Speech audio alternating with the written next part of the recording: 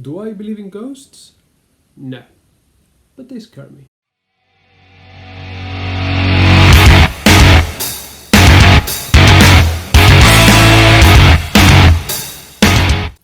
Hello, good morning, good afternoon, good evening, wherever you are in the world. It's Jose here, welcoming you to another episode of Amazing Worlds, where today I'm going to be doing another author introduction, and today I'm going to be looking at the works of Tim Powers. Tim Powers is an American author who specializes in what, I don't know how to term it, we'll probably call it historical fantasy.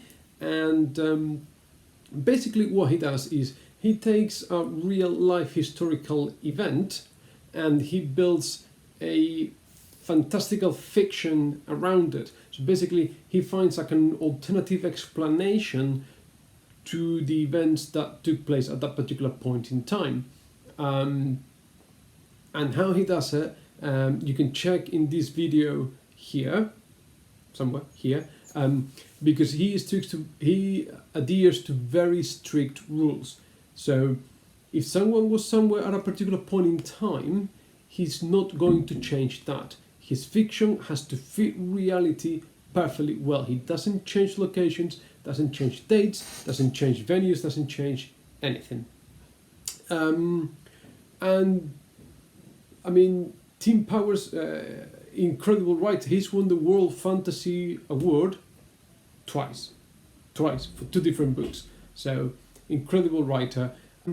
He even wrote, I've got here, on Stranger Tides, which deals with pirates. It's set in the Caribbean with Blackbeard trying to find the fountain of youth. Now, on Stranger Tides, I wasn't aware, but it influenced very heavily my favorite all-time computer game series, The Secret of Monkey Island, and also it influenced very heavily the Pirates in the Caribbean movie franchise, and obviously the last book, the last movie on Stranger Tides borrows the title for a reason, and is based loosely around On Stranger Tides. So I would recommend On Stranger Tides. Another big sort of one of his big books. It's The Anubis Gates, which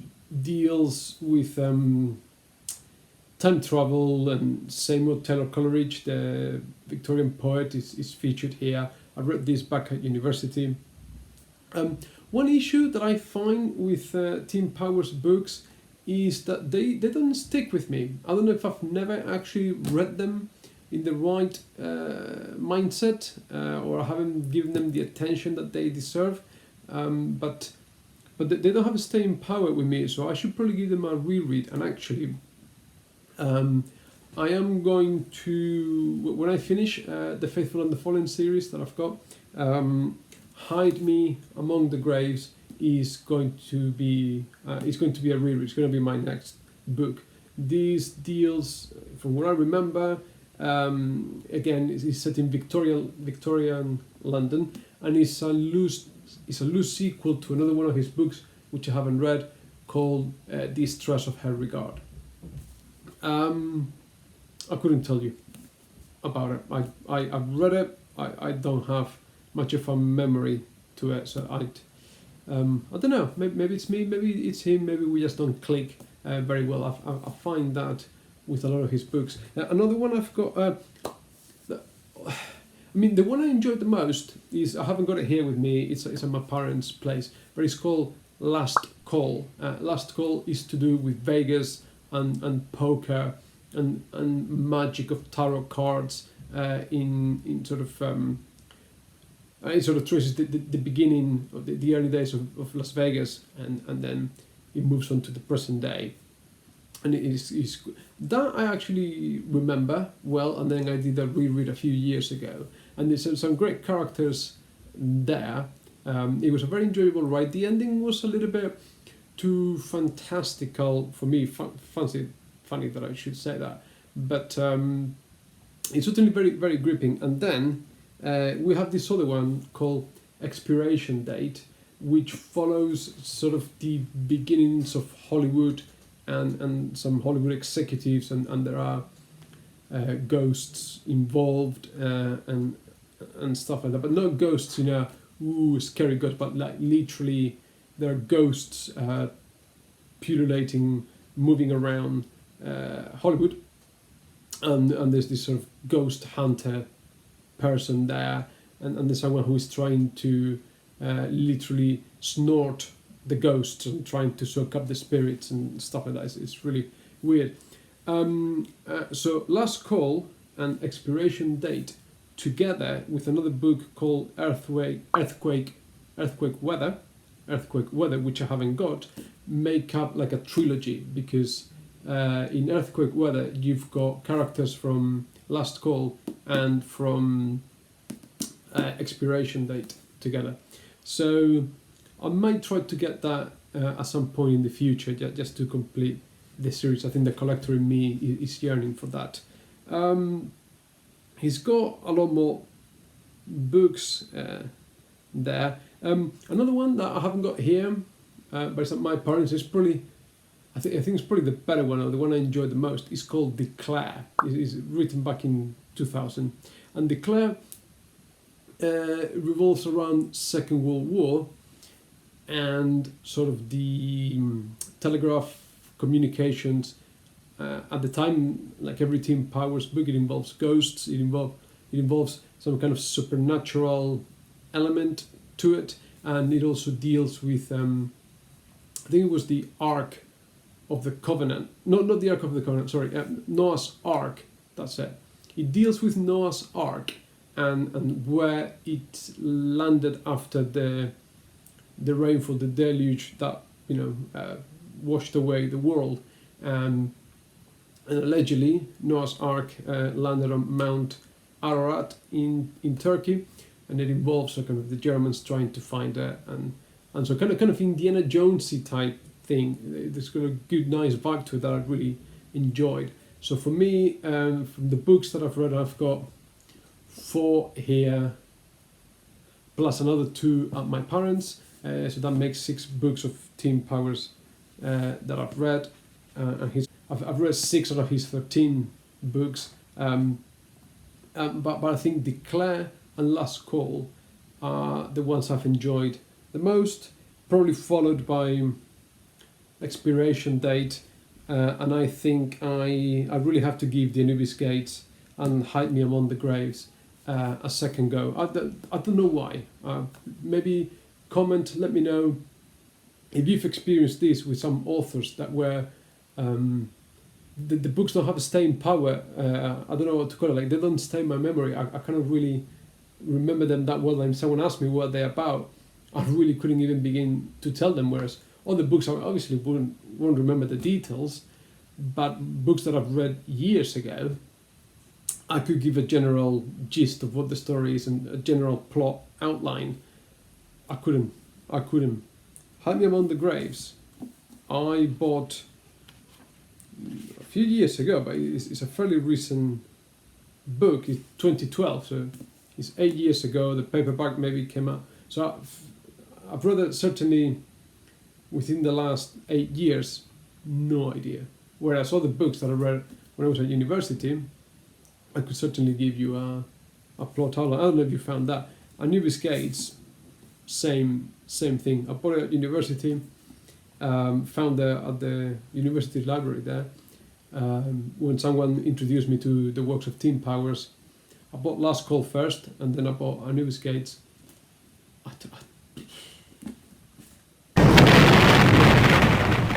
don't know. Have you experienced that with another author? Did you find that? Or maybe it's just that, I don't know, maybe it's just not my cup of tea. Maybe it's not fantastical enough, or maybe it's too subtle, I don't know, and we just don't click. And I find myself wanting to like it a lot more than I actually like it. Which I suppose is fair enough, and I am willing to give it another go, and I am going to reread these 2 books, because right now I've kind of plowed through my to-read list, and I want to stay away a little bit from fantasy for a while. I want to go back to other things. Financially, I'm trying to be a bit more careful now. Not that things are bad, but it's just my personality. I feel like if we're a little bit tight, I shouldn't be buying books, even though we're talking, $10, $20. But that's just me. And then when things settle down, I'll go back to buying new stuff, because I've got a few things. But maybe that was for a different video. My to read list of what I would like to read. But anyway, so certainly different. It's certainly different. Very, very recognized author. Lots of awards, as I said, the World Fantasy Award twice. That's incredible. And if I pick Expiration Date here, who actually made it into this Fantasy Masterworks collection, William Gibson is given the blurb, Raymond E. Feist as well, Locus Publishers Weekly, exceptionally well regarded author. I suppose I wish I liked it more than I do. I don't know how you overcome that or how you do that. I'd be curious to hear what you've got to say. So certainly something different. Historical fantasy, historical low fantasy, very well researched. He doesn't fiddle about with anything. Everything is kept in place, everything is kept tight, and certainly he takes his time between books, and you can see that, and it comes across through reading the pages, and he understands what he is writing about, whether it's Second World War, or whether it is movie making in Hollywood, or whether it is the casinos in Vegas and the references to historical figures there, the gangsters, Bugsy Siegel, or poker champions, people of relevance are featured. They make cameo appearances, whatever you want to call it, in the books. So definitely worth dipping your toes into for something a little bit different if you are unfamiliar with Tim Powell's work, and perhaps I would recommend Last Call as an entry point, or Declare, and then take it from there and see where your fancy takes you, whether it's Victorian London, Hollywood. I think Earthquake Weather is about wine, the wine industry, wine making in California. So definitely very different settings for you to choose to explore alongside the characters. So anyway, that's what I've got for today. Please, as usual, like, subscribe, comment. Let me know what you think. Is this something that was on your radar? Is this something totally new? And if so, have I sparked a bit of curiosity in you? Please let me know, because that'll be great. I hope you're keeping safe. I hope you're keeping fine. I've managed to go out for a run for the last 2 days. It's the first time we've been allowed to go out. I checked, it's been 48 days since the last time I ran. So I'm feeling a little bit sore, but it's great to be out and enjoying the weather. Until next time, please, as usual, take care, have fun, and see you.